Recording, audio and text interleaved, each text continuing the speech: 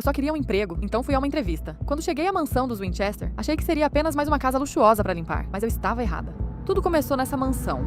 Eu fui contratada como uma empregada, mas essa família era muito estranha. Esse era Andrew, meu patrão, então eu fui conhecer o meu quarto. Tudo era muito estranho, só havia fechadura pro lado de fora. A janela era completamente fechada. A minha patroa acabou dando um celular pra mim. Eu me senti presa nesse quarto. Um dia de serviço comum, ouvi uns gritos. A minha patroa estava surtando, mas meu patrão chegou. Ela ficou me acusando de ter roubado algo, sendo que eu não roubei nada. Meu patrão acalmou a situação. Disse que não passava de um imprevisto. Eu acabei me apaixonando por ele. Não posso negar. A esposa dele estava me observando a todo momento. Esse é o porteiro. Ele me falou que a esposa de Andrew usava muitos remédios fortes. Eu estava limpando o banheiro e achei um comprimido suspeito no vaso sanitário. Eu só não imaginava que ela estava lá. Ela me disse que se eu me envolvesse com o marido dela, ela iria destruir com a minha vida. Ali eu percebi que ela era psicopata.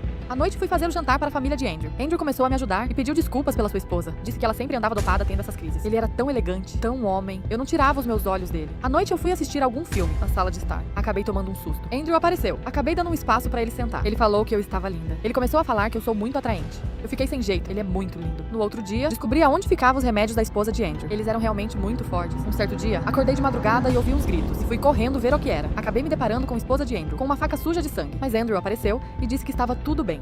Andrew me convidou pra sair com ele no dia seguinte. Eu fiquei com receio, mas não consegui negar. A gente saiu, dançamos, bebemos, foi muito bom.